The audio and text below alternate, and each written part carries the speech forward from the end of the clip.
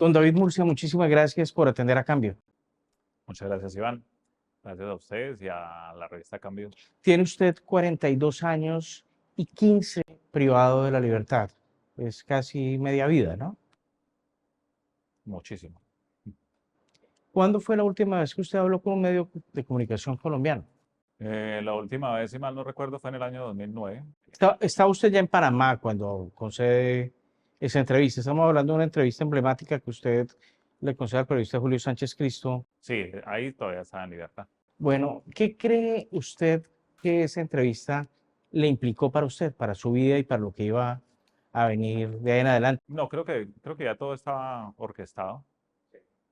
Creo que la intención del gobierno de turno era llamar a un pánico económico y a un odio nacional, porque fue directamente el presidente de turno quien salió primero en esa entrevista. Luego fui yo que salí a defenderme, porque en el momento lo entendí así, lo entendí que había un pánico que quería generar el presidente para que David Murcia Guzmán y la empresa BMG se arruinaran sin necesidad de ninguna clase de procesos. Usted había publicado un video y en esa entrevista usted se reafirmó con una tesis que usted defendía en ese entonces, que era que detrás del cierre de MG estaban presuntamente intereses del Grupo Aval y de Luis Carlos Sarmiento Angulo. Al paso de estos años, ¿usted sigue defendiendo esa tesis o...? Yo prefiero no referirme al tema, creo que, como le digo, hay muchas especulaciones sobre el tema de por qué sucedió, Sí. pero lo más importante del tema es que sucedió. Y sucedió que el presidente de turno y el gobierno de turno hizo una persecución, aparte de ser una persecución política, hizo una persecución desmesurada, desmedida, increíble, ¿sí? Que ni en los mejores argumentos para una película hubiese sucedido una cosa de esas. ¿Pero sigue creyendo en esos argumentos? Prefiero no referirme ¿En al su tema. profunda convicción? Prefiero no referirme al tema. Usted dijo una frase que yo creo que se quedó en la memoria de muchos colombianos, refiriendo al presidente Uribe como un buen presidente y mal papá. En el momento fue un momento de calentura, ¿sí? De, pues, demasiado joven, sin tanta experiencia. Y creo que sí, yo creo que esa referencia hizo mucho daño, porque tal vez lo cogió como personal, ¿sí? Cuando usted dice hizo mucho daño ¿a quién? Tanto a mi persona, a mi familia, a la familia de MG. Tal vez ellos dentro de su estrategia no tenían pensado que yo iba a salir a defenderme. Ellos tal vez creyeron que yo simplemente me iba a esconder o simplemente no iba a dar la cara o cosas así. Yo creo que no lo tenían calculado. En su momento se habló de que la relación era como un proyecto audiovisual por intermedio de su ex socio David Ángel, que habían grabado unos pilotos. Eso realmente, ¿cómo fue? ¿Fue así como se dio a conocer ese día o hubo más cosas? No, pues yo creo que como toda empresa y una empresa tan grande como era DMG en su momento y al tener canales de televisión y todo esto, eh, había mucha gente importante de todos los estamentos, tanto políticos, sociales, artísticos y todo, dentro de DMG. Entonces, era normal que actuaran muchas personas ahí. En ese momento la gente empezó a salirse de DMG a raíz de las palabras del presidente Uribe. En ese momento, cuando hace esa referencia al presidente de turno, recuerdo mucho que sí se agolparon muchas personas en las diferentes oficinas. Y en las oficinas les decían, esperen un momento, esperen que termine el presidente, porque luego va a hablar David referente al tema, él va a dar la cara. ¿Sí?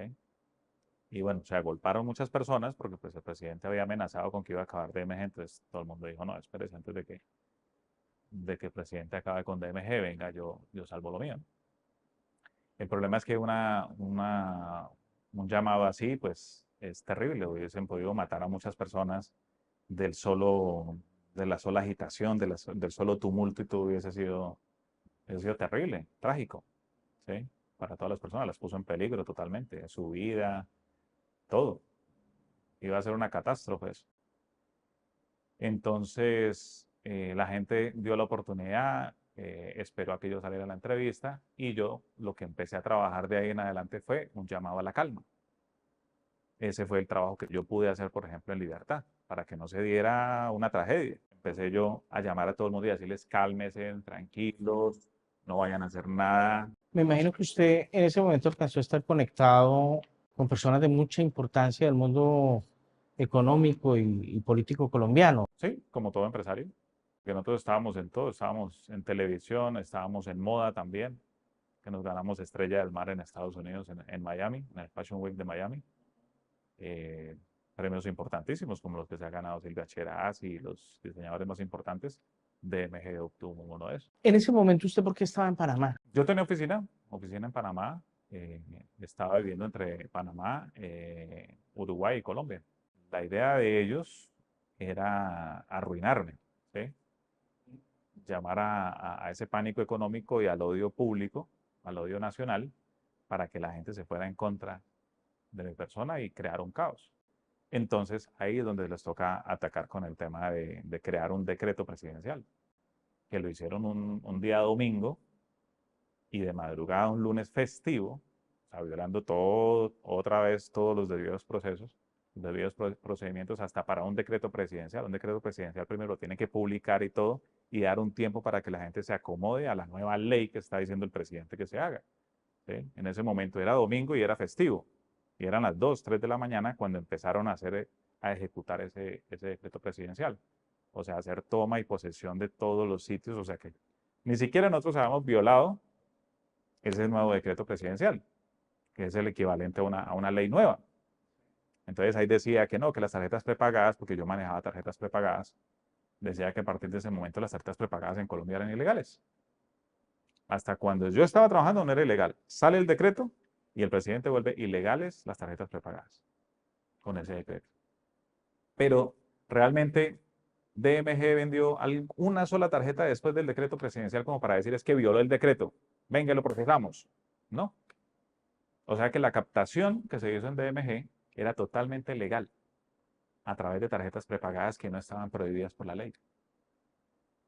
Pero en su momento se argumentó algo alrededor de que hubiesen de pronto dineros provenientes de actividades ilícitas que hubieran entrado en esa captación. ¿Eso fue alguno de los argumentos en ese momento? Los derechos humanos y los derechos a los debidos procesos y todo esto dicen que uno no lo pueden estar acusando y más cuando no tienen pruebas sobre el tema. Y eso es lo que estaba haciendo directamente desde el gobierno nacional y el ministro de Defensa en su época y el general de la policía, acusaban sin pruebas, sin argumentos, sin un proceso legal, ¿sí? De hecho, el mismo fiscal de la época le dijo al presidente, porque el presidente le ordenó que me sacara una orden de captura, que cómo era posible que él me estaba quitando todo, ¿sí? Y el fiscal no estaba emitiendo ninguna orden de captura en mi contra. Y él sale públicamente y dice, señor presidente, yo no puedo emitir una orden de captura solamente porque usted diga. Y yo no tengo un proceso en contra de Murcia Guzmán ni en contra de la empresa DMG, por lo tanto no puedo emitir una orden de captura. Por eso no salió el decreto presidencial, que fue en el día 17 de noviembre del año 2008, y la captura sale es el día 19 de noviembre. O sea, no salieron al mismo tiempo porque fue un pedido del presidente de la República, que en el momento el fiscal de la época le dice no públicamente, pero luego mágicamente se quedan calladitos, trabajan prácticamente el día 18 para el 19 tener una orden de captura. Entonces, ¿cuál ha sido mi argumento y por qué estoy reclamando mis derechos? Porque creo que eso fue una fabricación de un caso, una fabricación de un caso penal. No fue algo legal con sus debidos procedimientos y recogiendo las pruebas como son, ni interceptando llamadas legalmente, sino yo sigo alegando que esas llamadas que fueron supuestamente columna vertebral del juicio en contra de DMG, fueron del paquete de las famosas chuzadas. ¿Por qué tan cuidadoso con los nombres, señor Murcia? No, pues yo creo que estoy reclamando precisamente el que ya basta el tema de la violación de los derechos humanos, ¿sí? Pero imagino Entonces, yo creo que que es producto de la experiencia. yo creo que nombres insignias, puestos, clases sociales, yo creo que ya no vienen al caso. Yo creo que tenemos que desnudarnos y quitarnos toda esa clase de insignias. Y yo estoy aquí precisamente como un ser humano, ¿sí? Como todos en Colombia y en el mundo entero somos seres humanos. Y así, desnudo completamente, yo digo no más. Ya basta de la violación de los derechos humanos. ¿Cómo fueron los hechos alrededor de su captura y extradición en Panamá? Yo fui detenido ilegalmente en Panamá sin mediar una orden de captura, ni siquiera de la Interpol, ni tampoco existía un pedido de extradición de Colombia hacia Panamá para que me llevaran para allá. No existía nada, no había nada legal. Entonces, pues es un secuestro. De hecho, nunca me leyeron tampoco, obviamente, derechos. Cuando me están secuestrando, nunca me leen los derechos, ni tampoco portada, ni insignia, ni nada de esta cosa, sino ya después se las ponen es cuando me llevan al sitio del secuestro. Pero en el momento simplemente hacen lo mismo que un secuestro. No dicen ni por qué. Yo les preguntaba, bueno, ¿y por qué me están haciendo esto? Y no decían nada. No decían nada, nada, nada, nada. Pero sí me iban poniendo esposas en las manos, grilletes en los pies. Me fueron haciendo un operativo con muchas camionetas, gente con fusiles, de todo esto. Un secuestro. Y eran autoridades de Panamá y autoridades de Colombia. ¿Sí? Me llevan a un sitio, yo empiezo a decirles, oiga, yo tengo derecho a un abogado, yo necesito llamar a mi abogado de aquí, yo tengo abogados aquí en Panamá, y si no tuviese, también yo tengo derecho a un abogado, les decía yo. Y Y ellos decían, no le podemos decir nada, lo único que le podemos decir es que más o menos a las 2, 3 de la mañana vienen por usted. Y yo, dígame, pero ¿y qué es esta cosa tan absurda? Y me quitaron todo, obviamente, y me mantenían así, esposado, amarrado ahí. Y no, nunca me permitieron llamar a ningún abogado ni nada de esto. Y son tan descarados que llaman a medios de comunicación mostrándome como, uy, no, lo capturamos en Panamá en tiempo récord y no sé qué. ¿Capturar? ¿Capturar de qué? Si Panamá ni siquiera tampoco tenía una orden de captura en mi contra. Panamá no tenía ningún proceso en mi contra. ¿Cuál captura de qué? Eso era un secuestro a todas luces. Y un secuestro que fue orquestado con el gobierno de Panamá y el gobierno de Colombia. Pero ¿qué hacía yo? Si me tenían amarrado, me tenían esposado con una cinta en la boca, ¿sí? Con los ojos vendados, o sea, ¿quién se iba a poder defender?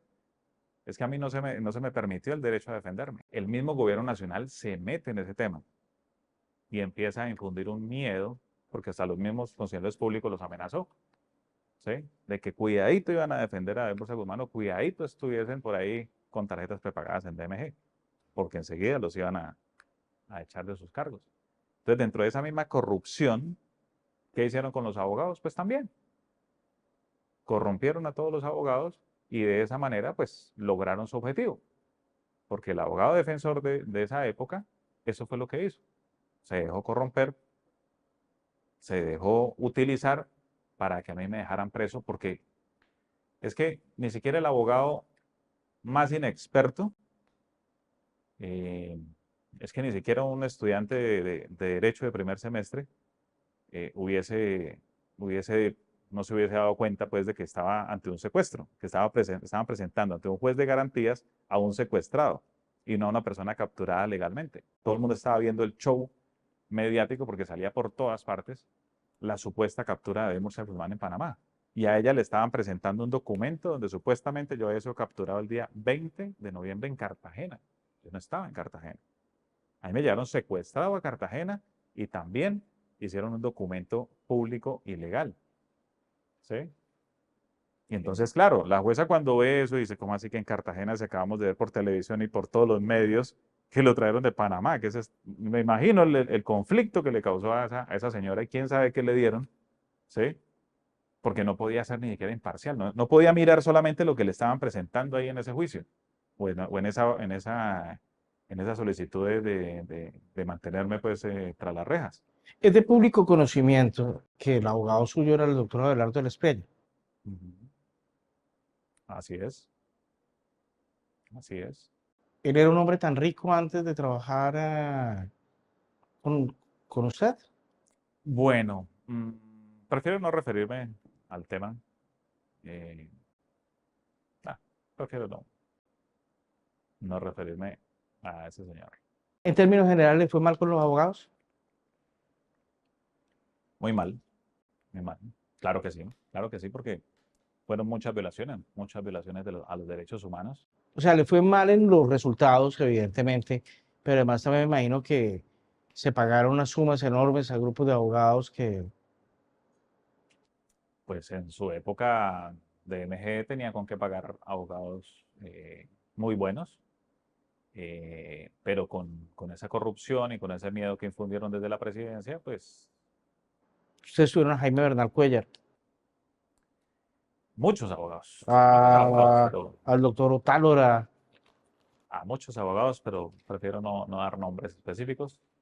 Usted es extraditado a los Estados Unidos y allá usted purga una condena por una conspiración para un lavado de activos. Lavado de activos, exactamente. Sí, el delito en sí es lavado de activos. Entonces, si hablamos de un delito como lavado de activos, se debe juzgar una sola vez. No puede ser juzgado uno por lavado de activos de los mismos hechos en Estados Unidos. Y yo tuve que aceptar cargos en Estados Unidos porque el fiscal claramente me dijo, el lavado se da porque usted fue condenado en Colombia. O sea que yo estaba tomando como base una condena que fue después de los supuestos hechos que sucedieron en Estados Unidos. Eso es un tema también bastante interesante para las personas que les gusta el tema de derecho. ¿Sí? ¿Cómo es posible que haya un lavado de activos antes de ser declarado ilegal supuestamente el dinero? ¿Sí? Porque a mí me solicitan que es que supuestamente yo lavé dinero en el 2007, pero para el 2007 no había ninguna clase de condena donde estuvieran diciendo que los dineros eran ilegales. ¿Ven? Pero al tener ese argumento, en Estados Unidos no había forma de poderme defender.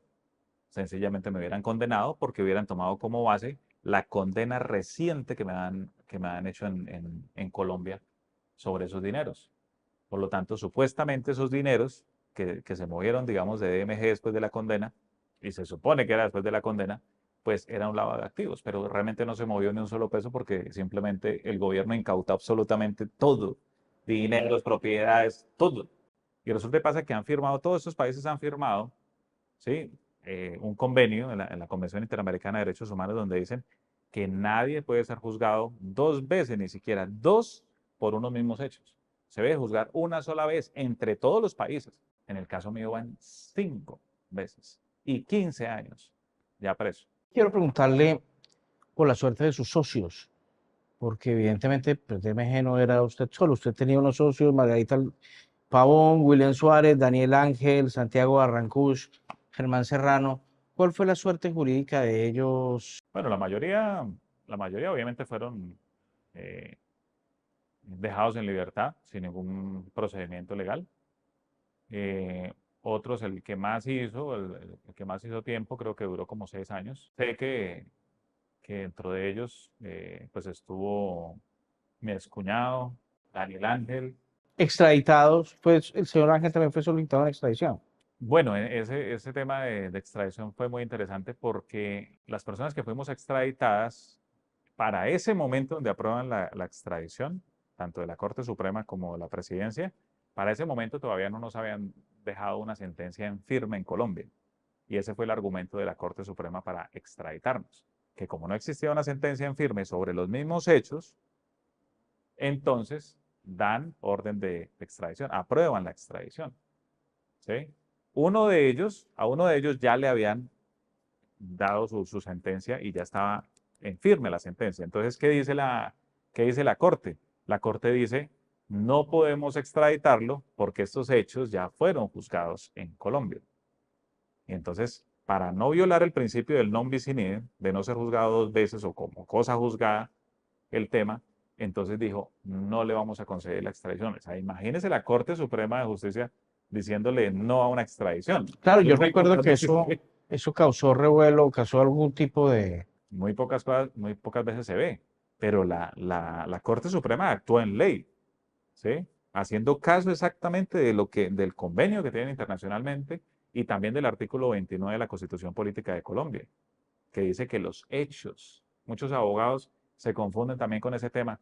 ¿Será que uno puede estar trasladando a una persona de país en país con los mismos hechos, pero le ponemos un delito diferente en cada país y nos lo trasteamos por todos los países y lo mantenemos preso de por vida? Pues precisamente para eso fue que firmaron todos los países ese convenio, para no juzgar a una persona dos veces por los mismos hechos. Las personas privadas de la libertad, digamos que en principio deben tener un derecho a estar recluidas en centros penitenciarios cercanos a su familia. Evidentemente este no es su caso. Sí, no es mi caso. O sea, aparte de que me violan el principio del non bis in idem, de no ser juzgado dos veces por los mismos hechos, y llego deportado de Estados Unidos, se supone que me tenía que dejar en libertad como todos los demás compañeros que venían, más de 100 personas, igual, en las mismas condiciones. Ya habían purgado sentencia en Colombia, en Estados Unidos, y venían por los mismos hechos aquí en Colombia, y ellos sí los dejaron en libertad. Lo único que dejaron preso fue a ¿De José cuántos? Guzmán. Más o menos. 100 y pico, más de 100 personas venían conmigo en el avión deportados. Y el único que se quedó fue David Morse Guzmán. Al único que dejaron preso. ¿Le dieron Y, alguna explicación? ajá, yo le pregunté al que estaba digamos, comandando pues ese operativo. Yo le dije, oye, ¿y yo por qué tengo que quedarme preso si todos están saliendo? Y llega y me dice, no, usted sabe que eso es orden presidencial. Usted depende, su caso depende directamente de la presidencia. Y yo, bueno, preso político, entonces sigo siendo acá en este país. Se supone que yo debía haber quedado en la picota, ¿sí? Porque así también los abogados lo entendieron y toda esta cosa, y todo el mundo esperaba era que me dejaran entonces en la picota, después de toda esta violación. Pero no, a las 3 de la mañana otra vez llega un grupo de personas diciendo, David, recoja sus cosas, que nos vamos. Y yo, ¿nos vamos para dónde? Entonces otra vez el que está comandando el llega y me dice, usted sabe que eso es orden de presidencia. Nosotros no tenemos la culpa, si fuera por nosotros no tenemos nada que ver con eso. Pero de presidencia nos ordenaron llevarlo. Yo, pero llevarlo ¿para dónde? Para Valledupar, para la Tramacuda de Valledupar. ¿Cómo así? Donde hay reclusos de una máxima peligrosidad, casos emblemáticos. Pues, o sea, se supone que yo no tengo nada pendiente ni por violencia, ni terrorismo, ni nada así como para que dé para una prisión de alta y mediana seguridad como es la Tramacuda. ¿Sí? Se supone que no. Se supone que lo mío solamente es un tema económico y ya. Cuando me traen acá, aquí era un régimen muy duro.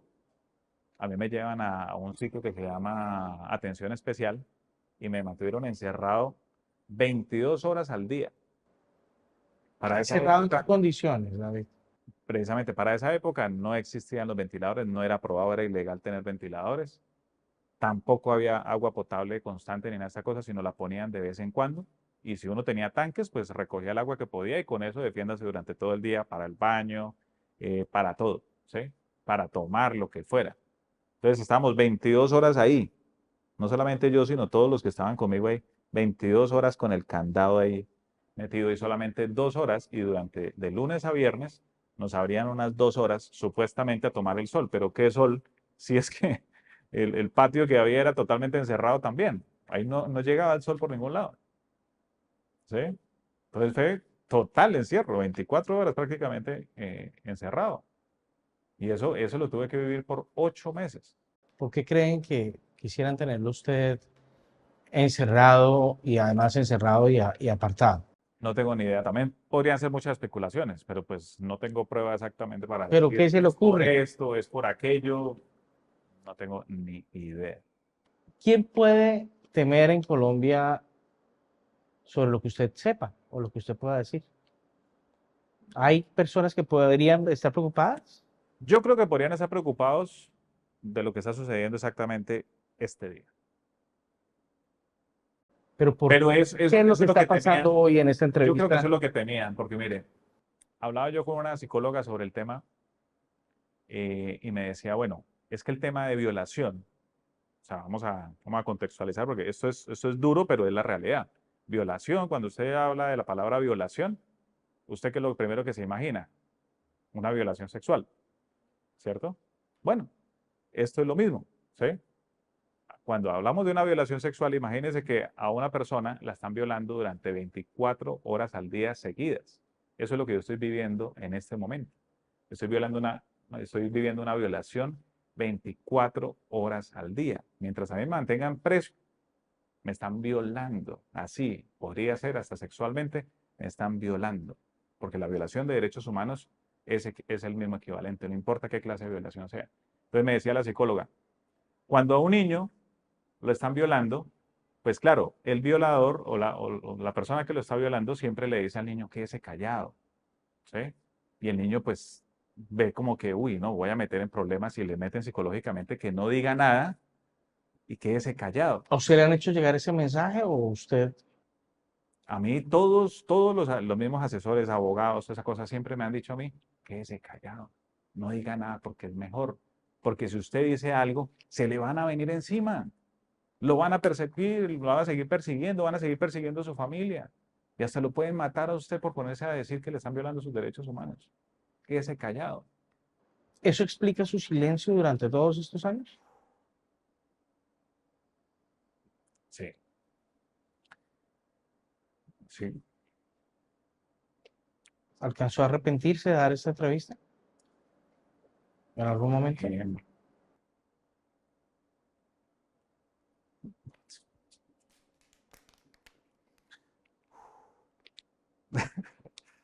Segurísimo. Bueno,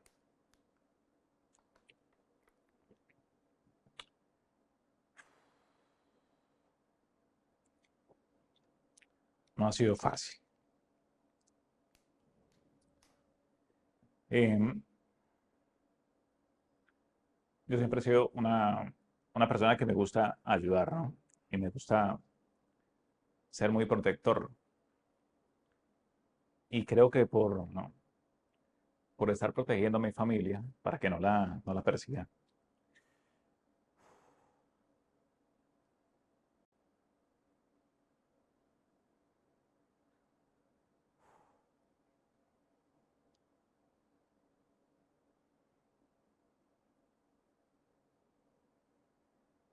Para evitarles males a ellos, creo que yo me he aguantado muchas cosas. Me he aguantado muchas cosas para que los dejen tranquilos. Entonces, sí, creo que me quedé callado mucho tiempo. Mucho tiempo. Ahora me imagino que, pues obviamente hablar para usted representa muchas cosas importantes, Y pueden suceder muchas cosas más, pero pues pero yo también creo que algo pero me más malo imagino, me puede suceder. pero, Simplemente que me pero, maten, no más. Sería lo único. Pero pues una situación así, esto está uno muerto en vida. Y si yo sigo callado, seguramente me van a hacer quedar aquí los 22 años que quieren adicionalmente. Y 22 años en estas condiciones, quién sabe si uno las pueda soportar realmente. Estamos en una cárcel, o sea, y para su esto no es un familia, kindergarten, o sea, ¿cuántos hijos aquí en tiene cualquier usted, momento se puede David? dar una revuelta y puede uno terminar muerto o simplemente alguien que a uno no le caiga bien o por pedido de alguien está uno siempre vulnerable a una situación de muerte. ¿Cuántos hijos tiene usted? Yo tengo 2 hijos. ¿Es una relación cercana o alejada por la misma situación? Pues sí, sí, realmente alejada porque pues ellos quedaron de 9 añitos cada uno. La niña está en Uruguay, el chico pues está aquí, Steven está aquí en Colombia, pero pues obviamente al no estar su padre ahí desde los 9 años. ¿Su papá, su mamá? Ah, mi papá se murió cuando yo tenía 5 años, en el año Sí. 95. Que a partir de ahí es que yo comienzo también a mirar cómo ¿Su señora madre? empiezo a ayudar, ¿no? ¿Su Porque éramos señora, 6 su señora madre menores de edad. todavía Mi señora madre, vive? afortunadamente sobreviviente de cáncer y también tuvo que vivir esa persecución por mi causa. Es que ahí es donde a uno lo trauman muchísimo y donde a uno le meten miedo, porque fueron capaces de meterse con mi propia mamá. O sea, metieron 8 meses a mi mamá en las peores condiciones, también alta seguridad y todo, por mi causa, no porque ella hubiese cometido algo malo.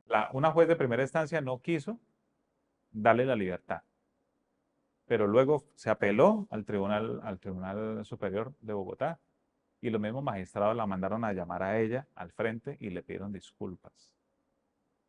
Ellos mismos, en nombre del gobierno. Le dijeron, señor Amparo, perdónenos en nombre del gobierno. Le decimos que nos perdone por lo que le hicieron a usted. Me imagino que debe haber algo que usted le atormenta, supongo, que es el tema de todas estas personas que invirtieron los recursos y que hoy, 14 años después, en medio de un proceso de liquidación, no han sido reparadas. De que me mortifica, claro que sí, o sea, toda la vida me ha mortificado eso y por eso yo siempre he estado disponible para ayudar desde el principio. Yo estuve diciéndole al gobierno, oiga, déjeme ayudar en el proceso este. Está bien, no quieren que yo siga haciendo lo de MG, perfecto, pero ¿para qué vamos a perjudicar a una cantidad de personas que yo mismo puedo arreglar con ellos? ¿Usted manifestó eso ante qué instancia el gobierno? ¿Ante qué instancia el gobierno alzó Siempre, la mano y usted dijo, yo todo el tiempo, hasta cuando estaba en libertad y cuando estuve preso también lo dije. Yo esa dije, ayuda suya, déjeme ayudar. Yo le decía al mismo presidente, yo le decía, venga, hagamos un plan y ayudémosle a las personas. esa ayuda suya y ese conocimiento suyo es que hay esto, hay lo otro, con esto podemos reparar. Es que, a ver, hay unos debidos procesos, Sí, señor. unos debidos procesos. En esa época era la superintendencia financiera la que se encargaba de temas de captación ilegal y todo eso. Y había un debido proceso donde si ellos investigaban primero y tomaban la determinación que existía una captación que nunca se dio, ¿sí? Porque en DMG Holding, la empresa que está en esta liquidación, jamás la superintendencia financiera determinó que había una captación, que estaba en investigación, pero que no determinó que existiera realmente una captación. Así fui yo llevado a juicio, con una sola investigación simplemente administrativa. Pero si ellos hubiesen dicho, listo, sí, DMG Holding sí estaba captando, lo que dice el debido proceso administrativo es que le permiten a uno presentar un plan de desmonte durante 6 meses. Y durante esos 6 meses uno dice, vea, ustedes dicen que yo tengo que desmontar la empresa o las tarjetas prepagadas, lo que sea. Este es mi plan entonces para hacer el plan de desmonte. Ellos lo aprueban, le dan unos 6 meses para presentar ese plan y luego le dan a uno un año para ejecutar ese mismo plan y así no perjudicar a las personas. Es que los tarjetavientes jamás han sido realmente tenidos en cuenta de manera seria, ¿sí? Los tarjetavientes siempre los han tratado igual que me han tratado a mí, como una basura, como algo que no valemos en Colombia, que no tenemos derechos, ¿sí? Nunca han valorado. Es que es más, vea, tantos, aparte de todo el patrimonio que deterioraron cerrando las empresas y, por ejemplo, de 16 hipermercados que habían muchos artículos perecederos y lo que hicieron fue cerrar los supermercados y dejar que todas esas miles de millones de pesos en mercancía se perdieran. Ni siquiera Drogas La Rebaja, que ya venía entonces de narcotráfico realmente ese dinero, y lo que hicieron fue cambiar de administración. Y usted ve Drogas de la Rebaja hoy y sigue funcionando. ¿Por qué DMG no podía seguir funcionando? Había capital y propiedades para responder a los tarjetavientes. Total, total. Yo sé que había propiedades y las mismas empresas abiertas. Si hubiéramos nosotros vendido las empresas como estaban, abiertas, ¿sí? Hubiese sido mucho el dinero que se hubiera recaudado ¿De cuánta para plata, poderle de cuánta haber plata ayudado a estamos todo el mundo. hablando, Y no señor solamente Murcia? eso, y no solamente eso, sino que también se hubiera podido, dentro del plan del monte, se le hubiera podido proponer a las personas que se hiciera una nueva empresa, meter todos esos activos, el dinero y todo eso, y que cada uno tuviese acciones de esa empresa. Porque recordemos que para el 2008 ya existían las SAS también. Sí. Y esas SAS permitían tener muchísimos socios a nivel privado. ¿Sí? Permiten. Y entonces, si hubiese podido hacer una empresa con todos esos activos, todo el mundo hubiera quedado con acciones y las hubieran vendido en el momento que ellos quisieran. Estamos O hablando, mantener las acciones y que si yo me hubiese puesto a trabajar en eso, enseguida esas acciones hubieran subido de precio. ¿de cuánto más o menos era el capital? ¿Cuánto calcula usted entre dinero en efectivo, propiedades, empresas? ¿Cuánto, más o menos? No, pues mire, Aproximado. otro tema curioso. Se supone que yo soy el accionista mayoritario de la empresa de MG Holding y que se supone que a mí tenía que haberse me entregado cuentas también como socio de cuánto dinero precisamente había en la empresa disponible para hacer la liquidación y todo esto. Pero la liquidadora nunca ha entregado ni cuentas ni a mí, ni a los socios, ni a nadie, ni a los tarjetavientes. Nunca ha dicho exactamente cuánta plata en efectivo le entregaron a ella para liquidar. Ni propiedad, ni nada. Ella nunca ha entregado cuentas a nadie. ¿sí? Ella parece que fuera, no sé, una reina, pues, ¿sí? Que tuviera todo el poder para hacer lo que quisiera. Y fíjese usted, cosa tan curiosa, ¿no? O sea, a uno le dan un tiempo para liquidar una empresa o para desmontar algo, 1 año. O sea, una persona natural y, ¿sí? Y desmonte su empresa en 1 año. Y un funcionario público que supuestamente tiene toda la experiencia del caso en liquidaciones y todo eso, por eso los escogen, porque supuestamente tienen experiencia. ¿Y cómo es posible que lleve 15 años liquidando una empresa? ¿En qué cabeza cabe una cosa de esas? Pero sí cobrando cheques de 1.400 millones de pesos a cada rato. Entonces uno entiende, claro, le conviene alargar lo que más pueda hasta que ya desocupe completamente toda la bolsa. ¿Sí? Cuando ya no haya plata, seguro que esa liquidación se acaba. Pero mientras exista dinero ahí, imagínense que había tanto dinero que llevamos 15 años pagándole a una señora que se está volviendo rica con eso, ¿sí? Y no termina la liquidación. ¿Usted se puede imaginar eso? Que 15 no años termina. de liquidación, 15 años pagándole esa nómina tan exorbitante de miles de millones Y la víctima sin y respuesta. no, pues es que las personas perjudicadas, ¿cuánto les han dado? Eso no les han dado nada. Y aparte de eso los perjudican más porque imagínese el tema. Imagínese que cogen un apartamento, ella prácticamente escoge a dedo, este apartamento sí me sirve para mí, me lo quedo, o para mis amigos, así como vendió los supermercados y todo eso, lo hizo para amigos y todo eso, y los vendió en 3 pesos. Y las propiedades más valiosas y todo eso han hecho puros chanchullos ahí con eso. Es una corrupción tremenda la que se ha gestado con eso, con los dineros de DMG. Y lo denuncio públicamente porque así es. En la liquidación de super sociedades. Sí, en la liquidación de DMG Holding, y bueno, ni qué decir de las otras empresas, porque habían varias empresas. ¿Esto sí lo va a denunciar con nombre propio? Señor, ¿Esto sí lo va a denunciar con nombre propio o es que la liquidadora es bien conocida. La liquidadora hasta ahorita está en procesos y todo eso porque pues se está descubriendo. Sí, la doctora Perry. Efectivamente, es que es corrupción por todos lados, no solamente con DMG, sino con otros procesos también ya se ha demostrado que es corrupción, pero es que igual no se necesita tampoco ser muy experto en las cosas, o sea, hablemos de 15 años para la liquidación de una empresa, por favor, por mucho dinero que tuviese DMG, hace rato ya se hubiera liquidado. yo supongo que por la característica del negocio de MG, las cantidades en efectivo eran enormes. Muchísimo. ¿Cuánta plata en efectivo podía haber? No sé, pero sí Aproximadamente, deberían dígame haber la cifra. cientos de miles de millones en efectivo, claro, pero cuando se hace una cosa tan desordenada como esta, pues todo el mundo pesca en río revuelto, todo el mundo agarra, yo me imagino toda la cantidad de personas que intervenían en esas supuestas incautaciones y no sé qué, cogiendo plata a borbotones, ¿sí? De hecho, nosotros teníamos una transportadora de valores. Sí. En esas transportadoras de valores se tiene que tener mucho dinero y hasta se hacen tacos de dinero que toca hasta con cargadores y todo, poderlos transportar y todo eso. Ahí habían cientos de miles de millones. ¿Qué pasó con eso? ¿Qué pasó con todo ese efectivo que nada más existían en las bodegas de Trasval? ¿Qué pasó con esa empresa, por ejemplo, también, que valía cualquier cantidad de miles de millones de pesos? Tenía carros blindados, tenía bodegas de propiedad y toda esa cosa. ¿Qué pasó con esa empresa? ¿A quién se la vendieron? ¿En cuánto se la vendieron? Es que no tengo información de eso. A mí no me han dejado participar. Yo siempre he estado presto aquí para ayudar. Yo no voy a ayudar, obviamente, a que la doctora Perry se siga volviendo más rica. Olvídese, eso no lo voy a ayudar. Yo voy a ayudar es siempre y cuando se lleguen estas cosas desde las que yo pueda ayudar con información y mirar exactamente qué es lo que tienen, qué hace falta, no sé qué. Todo eso yo puedo ayudar siempre y cuando se le lleve a las personas. Mi interés es ayudarle a todas esas personas que quedaron perjudicadas de ese proceso. Estoy dispuesto, exactamente, estoy dispuesto a ayudar y aparte de eso, a eso es lo que yo quiero salir, a seguir trabajando. Yo no quiero salir a tomar el sol y irme de playa y cosas de esas. No, yo quiero salir a trabajar por toda la familia de AMG. Yo quiero salir a trabajar por todos ellos y ayudarles. Lo que no ha hecho el gobierno nacional, yo quiero salir a hacerlo.